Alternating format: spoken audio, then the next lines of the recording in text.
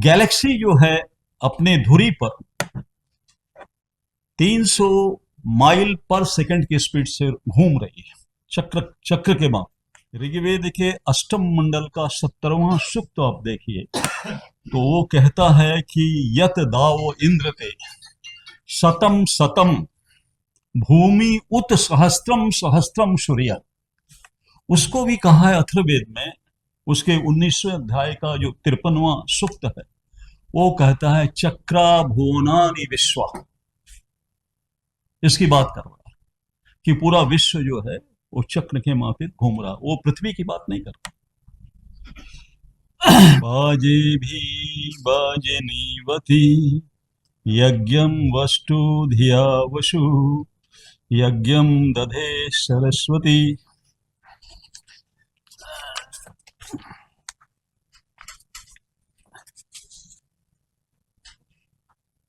मंच पर विराजमान मुख्य अतिथि के रूप में Brijbhushan Ojha ji,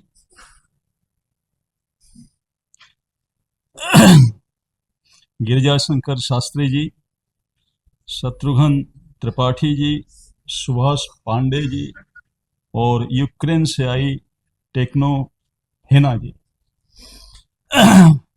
from core of my heart Mrs Hena, from core of my heart I appreciate your oh sorry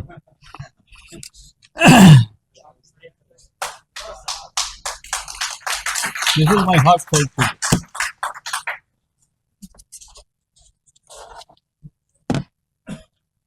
सबसे पहले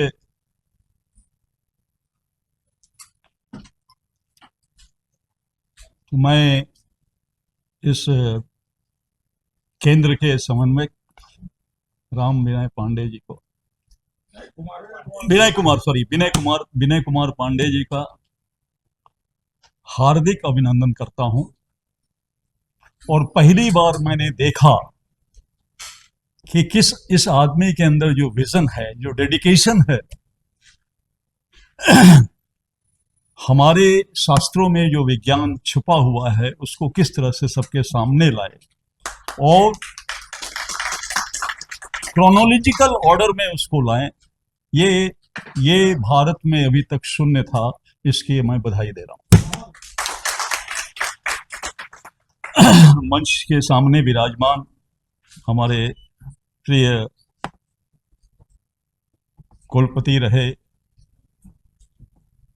रमाशंकर दुबे जी, उनके बगल में बैठे दयाशंकर जी, हमारे परिवार के हमारे अभिन्न मनोज मिश्र जी, और यहां उपस्थित सभी प्रतिभागी गण, फैकल्टी मेंबर्स। मैं आया तो बहुत कुछ सोच के था और विषय भी जो था मैं मनोज से चर्चा भी किया था कि विनय के यहाँ जा रहे हैं तो कुछ विशेष बोलूंगा जो आज तक नहीं बोला था, लेकिन यहाँ इतने सारे विद्वानों को सुना तो सोचा इसको फिर अगले किसी समय के लिए रखेंगे। और आप समझते हैं कि स्वास्थ्य की समस्या भी अभी ज्यादा है। कुछ बातें मैं कहना चाहूंगा। तो मैंने ये हमारे ओझा जी तो बता ही दी, ये क्या कहते हैं, हमारे गिरिजाशंकर शास्त्री जी बता ही दिए थे कि सबके नाम के आगे लिखा हूं मैं कुछ। तो ये सीक्रेट आपको डिक्लेयर नहीं करना चाहिए था। कृष्ण कुमार भार्गव जी यहाँ बैठे हैं। आपने संख्या के ऊपर बात करी थी, तो संख्या की जो बात है वो यजुर्वेद में ही मिलता। एकम च दशम च शतम च अयुतम च अयुतम नियुतम च नियुतम च अर्बुदम च अर्बुदम च, और लोक तक की बात है। 1 पर 27 शून्य की बात है, वहां से ही शुरू होता है। और किसी एक मैथमेटिशियंस आए थे, क्या आपका क्या नाम है, अंबर, आपने कहा कि सुनने की परिकल्पना आर्यभट्ट की रही है। ऐसा है, पिंगलाचार्य के छंद शास्त्र को पढ़िए, उसमें उन्होंने कहा शून्य अस्थाप्यम, एक श्लोक है उनका, उसमें कहा शून्य की को दाहिने या बाएं कहीं भी रख देंगे तो उसकी संख्या बढ़ जाएगी या घट जाएगी। ये पिंगलाचार्य ने सबसे पहले कहा था। निगम पांडे जी ने भुवन कोश की बात करी। कौन है निगम पांडे जी? हाथ खड़ा कर। भुवन कोश की बात करी। आप अगर ऋग्वेद के अष्टम, क्योंकि यहाँ वेद विज्ञान की बात है, ऋग्वेद के अष्टम मंडल का 17वां सूक्त आप देखिए, तो वो कहता है कि यत दावो इंद्र ते शतम शतम भूमि उत सहस्त्रम सहस्त्रम सूर्य। और विनय हमारे साथ गुवाहाटी में थे, 14 भुवन की बात आपने भी करी। हाँ, 14 भुवन की बात आपने भी करी, और मैंने वहां दिखाया था पीपीटी प्रेजेंटेशन में, जो हमारी गैलेक्सी है, आकाश गंगा है, उसकी 14 भुजाएं, और एक एक भुजा में 400 बिलियन सौर्य मंडल हैं, एक एक भुजा में। तो शतम शतम भूमि और सहस्त्रम सहस्त्रम सूर्य, ये बात बिना किसी ऑब्जर्वेटरी के ऋषियों ने कहा।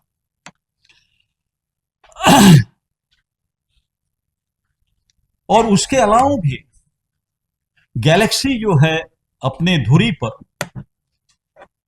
300 माइल पर सेकंड की स्पीड से घूम रही है, चक्र के बाद। उसको भी कहा है अथर्ववेद में, उसके 19वें अध्याय का जो 53वां सूक्त है, वो कहता है चक्रा भुवनानि विश्वा। इसकी बात कर रहा है कि पूरा विश्व जो है वो चक्र के माफिक घूम रहा, वो पृथ्वी की बात नहीं कर रहा। दिग्विजय पांडे जी ने एक बात कही थी, और उन्होंने सृष्टि कब से बताया था आपने? 83? नहीं, देखिए मत ऐसे बोलिए ना।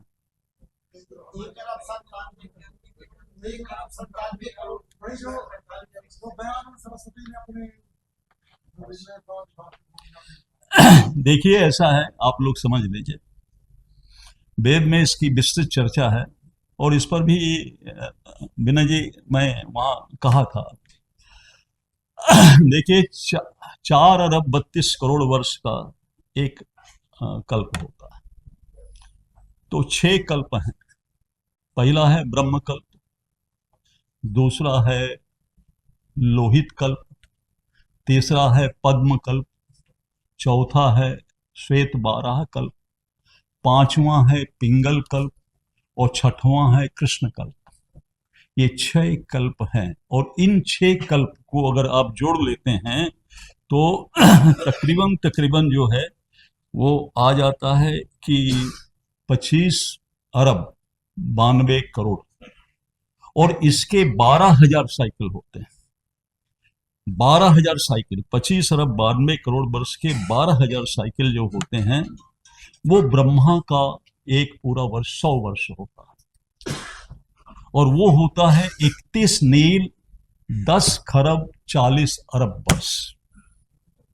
ये ब्रह्मा का पूरा 100 वर्ष का कैलकुलेशन है। तो सृष्टि बिग बैंग से नहीं शुरू हुई थी। बिग बैंग आज से 7.8 बिलियन ईयर्स पहले हुआ था, और जो बिग बैंग हुआ था उसमें 3 कल्प गुजर चुके थे। ब्रह्म, लोहित, पद्म और श्वेत का कुछ हिस्सा, 85 करोड़ वर्ष श्वेत का, वो गुजर चुके थे। अभी जो हिस्सा है वो उसके बाद का है। तो वो केवल एक साइकिल की बात कर रहे हैं। हम कह रहे हैं कि इस तरह के 12,000 साइकिल सृष्टि हुई थी। नहीं, वो भी नहीं। आप शक्ति तंत्र में अगर देखें तो ब्रह्मा का ये पूरा काल जो है 31 नील 10 खरब 40 अरब वर्ष, ब्रह्मा का जो काल है, जो 100 वर्ष उसका, हमारा नहीं। जैसे एक मधुमक्खी है या एक पतंगा है, उसका पूरा जीवन एक दिन का है, तो उसी में उसकी जवानी भी हो जाती है, बुढ़ापा भी हो जाता है, बचपना भी हो जाता है। उसके हिसाब से अगर काल माने तो उसकी पूर्ण आयु 100, पूर्ण आयु का मतलब 100 वर्ष, उसकी 100 वर्ष।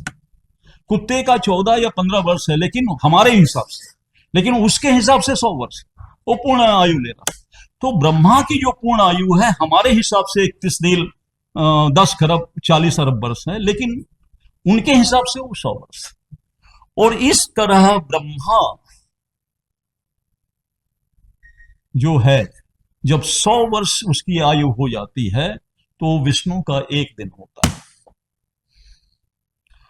और इतने एक दिन के हिसाब से 36,000 दिन अगर आप जोड़े माने 100 वर्ष, तो वो विष्णु का पूर्ण आयु होता है। और इस तरह से 10 लाख विष्णु शिव के अर्ध निमेश में खत्म हो जाती है। अर्ध निमेश में, आधी पलक झपकती है, इतने विष्णु खत्म हो जाते हैं। और अर्ध निमेश में कितनी त्रुटि होती है? आप लोग मैथमेटिक्स गणित पढ़ रहे हैं, 450 त्रुटि होती है। 900 त्रुटि का एक निमेश होता है, 450 त्रुटि होती है। तो 450 त्रुटि में ही 10 लाख विष्णु समाप्त हो जाते हैं। ब्रह्मा कितने समाप्त होंगे आप अंदाजा लगाइए। और ऐसे शिव के पूर्ण आयु भगवती के, नवरात्रि आ रही कल, भगवती के एक त्रुटि में शिव समाप्त हो जाता है, महाकाल भी विलीन हो जाता है। तो आप सृष्टि का प्रारंभ कब से मानेंगे?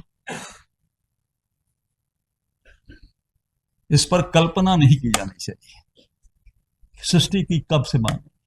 ये तो बीच बीच में उठाकर बोल दिया जाता है विज्ञान के साथ टैली करने के लिए, और कुछ नहीं है, जैसा आप बता रहे थे।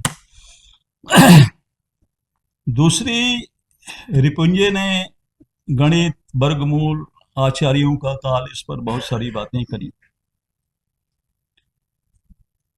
और बेन गोड़ा मुंडे के लिए मैं ये कहूंगा और मनोज जी को ये आग्रह करूंगा कि आपके यहाँ जो इकोलॉजी पर कार्यक्रम होने जा रहा है और इसका परफेक्ट फोकस जो है इन्वायरमेंटल पर है, तो पर्यावरण पर है, तो अगर इनसे बात करके आप अपने यहाँ बुला लें ना, और इनके पास अगर समय है तो ठीक रहेगा, उस पर उनको समय भी मिल जाएगा। सुभाष जी को मैं एक बात कहूंगा, सुभाष जी, पाश्चात्य विज्ञान, ये वैदिक विज्ञान या आधुनिक विज्ञान शब्द को से थोड़ा सा दूर रही। विज्ञान विज्ञान ही होता है, ये पाश्चात्य दृष्टि है। देखिए हमारे यहाँ ज्ञान के 3 स्तर बताए गए हैं, एक ज्ञान है, एक विज्ञान है, और तीसरा जो सर्वोच्च स्थिति है वो प्रज्ञान की। प्रज्ञान अतीन्द्रिय ज्ञान से आता है, साधना के बल पर आएगा। तो अतीन्द्रिय ज्ञान से आपको किसी ऑब्जर्वेटरी की, किसी टेलीस्कोप की जरूरत नहीं होती,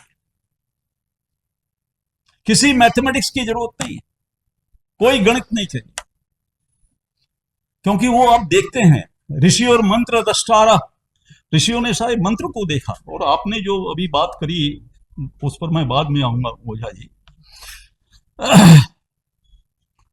तो उस पर हमें सोचना चाहिए कि ये आधुनिक विज्ञान और विज्ञान में विभाजित हम नहीं कर सकते। विज्ञान विज्ञान विज्ञान है, ज्ञान विज्ञान और प्रज्ञान, ये 3 श्रेणी। हमारे जो ऋषि थे वो प्रज्ञानी थे, प्रज्ञानम ब्रह्म कहा गया। आप देखिए, प्रज्ञानम ब्रह्म, अयम आत्मा ब्रह्म, अहम बस ब्रह्मास्मि तत्त्वमसि, तुम भी वही। तो इन सारी चीजों को हमें समझना पड़ेगा। तो सुभाष जी, मैं आपको ये कहूंगा, पाश्चात्य विज्ञान जो है, पाश्चात्य शब्द इस्तेमाल किया मैंने, पाश्चात्य विज्ञान जो है वो वस्तुतः ज्योतिष शास्त्रियों का थोड़ा सा बिगड़ा हुआ शिष्य है, और इसके अलावा और कुछ नहीं। और मंत्र तंत्र और यंत्र की जो बात की है, ये आपके ज्योतिष में भी है, मंत्र तंत्र और यंत्र भी, यंत्र भी देते हैं ये यंत्र।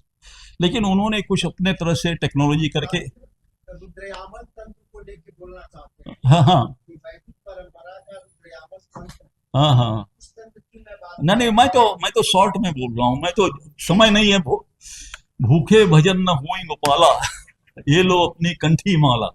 तो वो आप लोग सबको भोजन की इच्छा है, इसलिए मैं तो अपना विषय छोड़ दिया। तो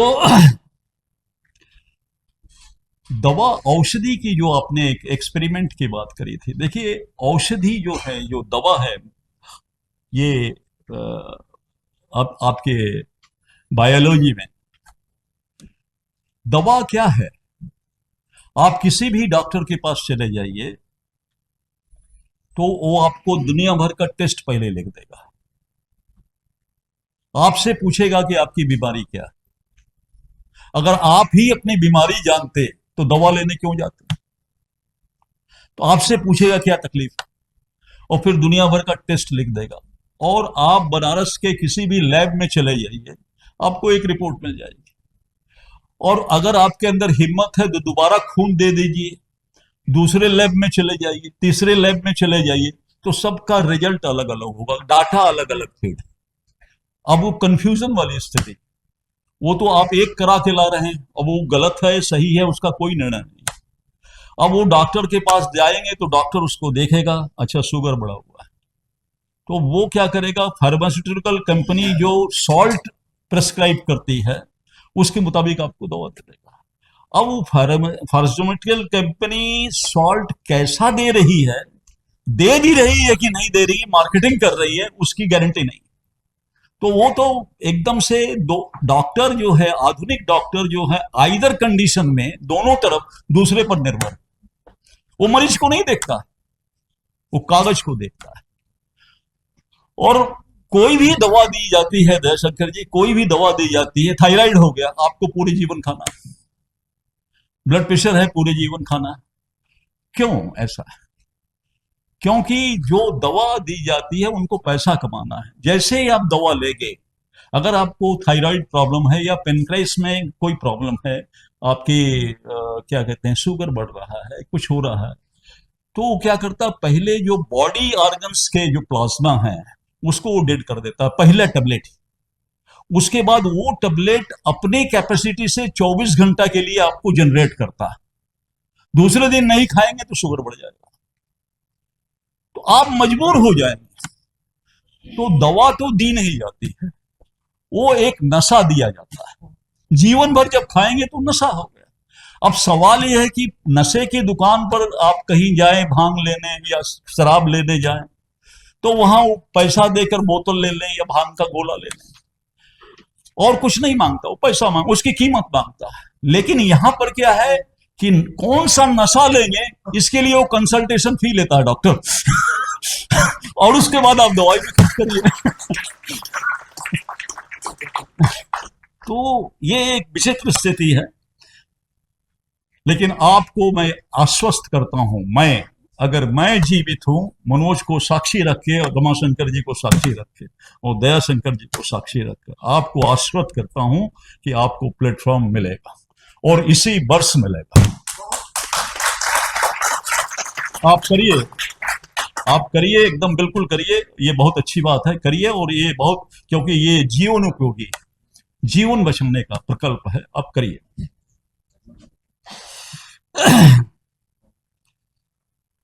अब ओझा जी के विषय में एक्चुअली मुख्य अतिथि थे हमारे, पहले उनको बोलना चाहिए था, पहले बुलवा दिया गया। तो हम लोग तो सब दैहिक प्राणी हैं ओझा जी, यहाँ सारे दैहिक लोग हैं, सब शरीरी लोग हैं। ओझा तो अशरीरी को भी काबू कर लेता है।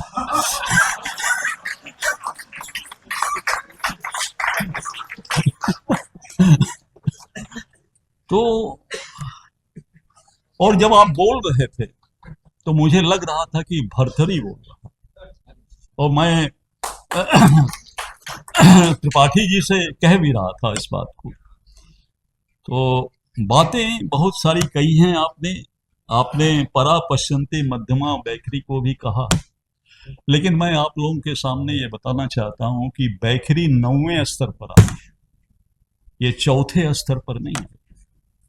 पहले निध्वान है, ध्वनि जब स्फोट की बात की थी आपने करी थी, स्फोट की बात की थी, तो निध्वान, अगर ध्वनि नहीं होगी, लकड़ी में अगर अग्नि नहीं होगी तो लकड़ी कभी नहीं जलेगा, वो निहित रहता है उसमें। तो पहले निध्वान की स्थिति होती है, और निध्वान के बाद जो वो स्फोट होता है तो आड़ी तिरछी गति। ये तो पद्यनी का पद्य बहुत अच्छा है। अरण स्तंभ जपा ज्योति हाँ कोई प्रकाश हाँ, वही मैं कह रहा हूं। तो निध्वान के बाद जब वो स्फोट जब होता है तो निध्वान की ध्वनि से ध्वनि निकलता है। तो निध्वान तिर्यत रश्मि, वो ऋग्वेद के नासदीय सूक्त में आता है। हाँ हाँ, तो वो तिर्यत जो रेखा जब चलती है तो वो एक दूसरे को काटती है। प्राणिक रश्मियां हैं, वो आम रश्मियां नहीं है, वो प्राणिक रश्मियां हैं, एक दूसरे को काटती हैं। जब आप देखिए, जब गुणा का निशान बनाएंगे तो जहां दोनों रेखाएं मिलती हैं वहां बिंदु बन जाएगा। तो निध्वान के बाद बिंदु होता है, और बिंदु के बाद यूं काट रही है, ये देखिए, तो अर्धचंद्र, अर्धचंद्र होगा। अर्धचंद्र के बाद में दूसरी भी काट रही है तो निरोधिका होगी, और निरोधिका के बाद व्याकृत हो जाती है, व्याकृता है, और तब जाके परा है, पश्यंती है, मध्यमा है और वैखरी है। ये 9वां स्तर है।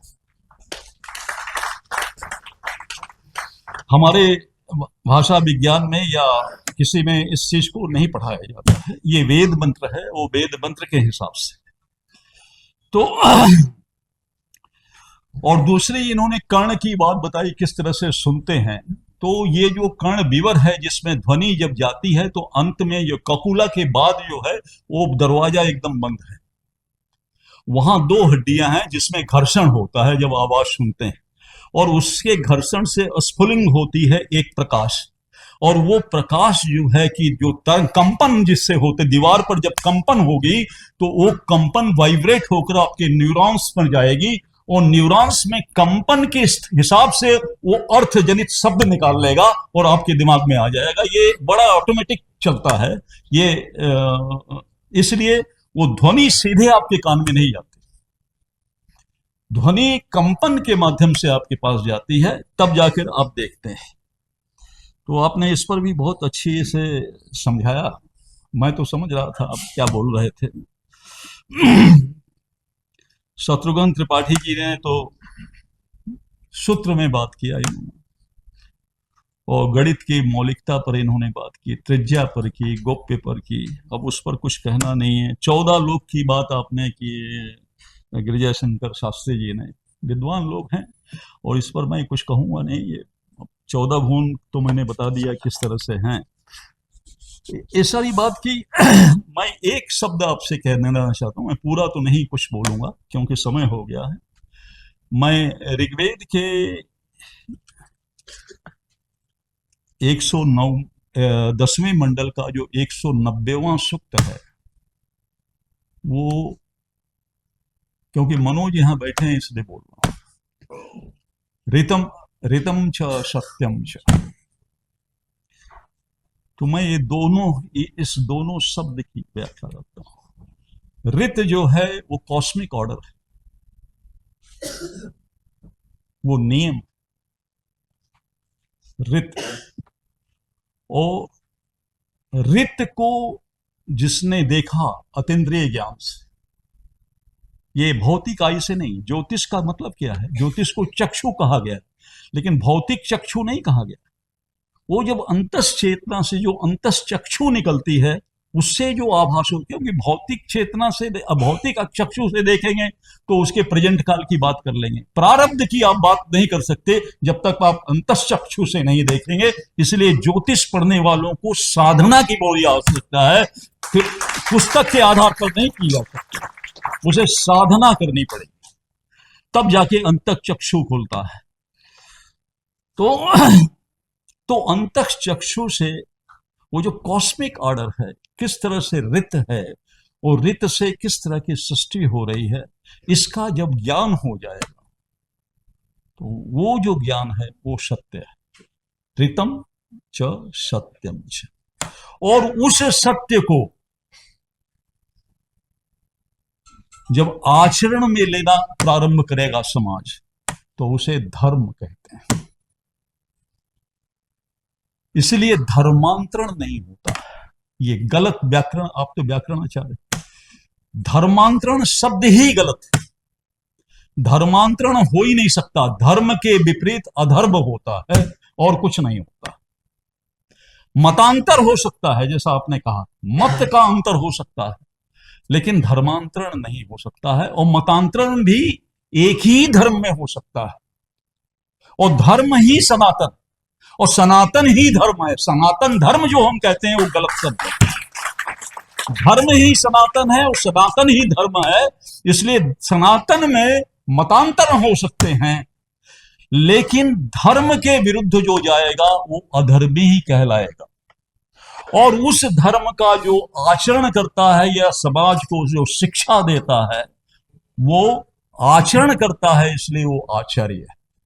धर्मानुसार आचरण करने वाले को ही आचार्य कहा गया है।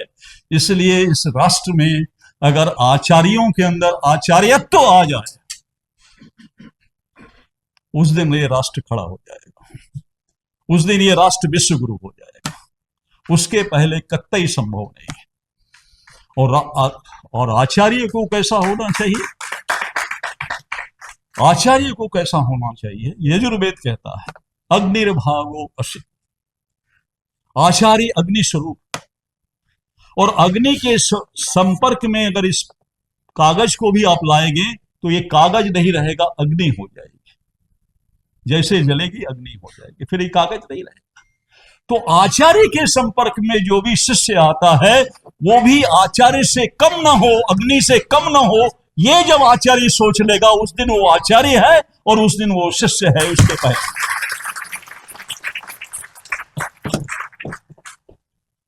बाकी अगर मैथमेटिक्स की यहां बात हो रही थी तो अंत में एक लाइन कह सकता हूं, परमिटेड। उसको इल्मे हिंदीशा कहा गया, इल्मे हिंदीशा कहा गया। और 9वीं शताब्दी में एक अरबी विद्वान अल ख्वाज़मी भारत आया, और भारत आने के बाद बीज गणित सीखा, और बीज गणित का अरबी में अनुवाद किया। और वो अनुवाद जो किया उसका शीर्षक उसने लिखा अलीजेब अव्वल मुकाबला। अलीजेब अव्वल, रिपीट करिए, अलीजेब अव्वल मुकाबला। और 11वीं शताब्दी में गेराल्डस सोरोजेनियस नाम का एक विद्वान, लैटिन विद्वान आया, और आने के बाद उसका अरबी से स्पेनिश में ट्रांसफर किया। और जब अरबी से स्पेनिश में ट्रांसफर किया तो उसने उसका जो शीर्षक है पुस्तक का, उसको उसने लिखा लिब्रे मौएती फिली मोइसी अल क्रोस्मी अल जेब्रा अल द मुकाबला। और वो अलीजेब से अलजेब्रा बन गया। और हम लोग अलजेब्रा पढ़ा रहे हैं, आपके संविधान में भी लिखा, क्योंकि अंग्रेज बोलते हैं, क्योंकि वो अरबों से, अरब के कंट्री से उन्होंने मैथमेटिक्स सीखी। उसके पहले तो एक लाइन खींच दो, 2 लाइन खींच दो, 2 हो गया, 3 लाइन खींच दो, 3 हो गया, यही तो रहता था उनके पास में। तो वो अरब से सीखे थे, इसलिए वो कहते हैं अरेबिक न्यूमरल्स। अरेबिक न्यूमरल्स, वो कभी नहीं कहते हैं इंडियन न्यूमरल्स, क्योंकि अरब से सीखा उन्होंने। दुर्भाग्य ये है कि हमारे संविधान में भी लिखा हुआ है अरेबिक न्यूमरल्स को लिखा करिए। हम भी नहीं कहते हैं कि ये भारतीय न्यूमरल्स हैं। ये सबसे बड़ी दुर्भाग्य की बात है, ये बदलना चाहिए।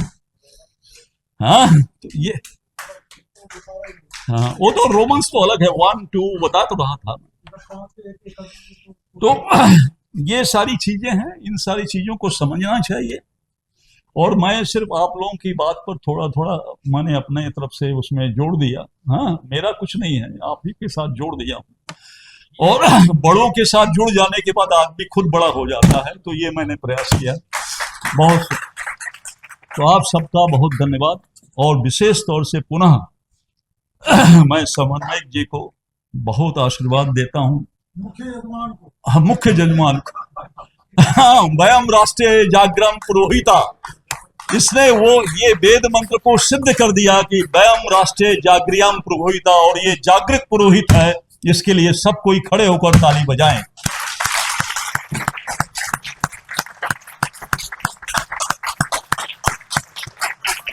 बहुत बहुत धन्यवाद।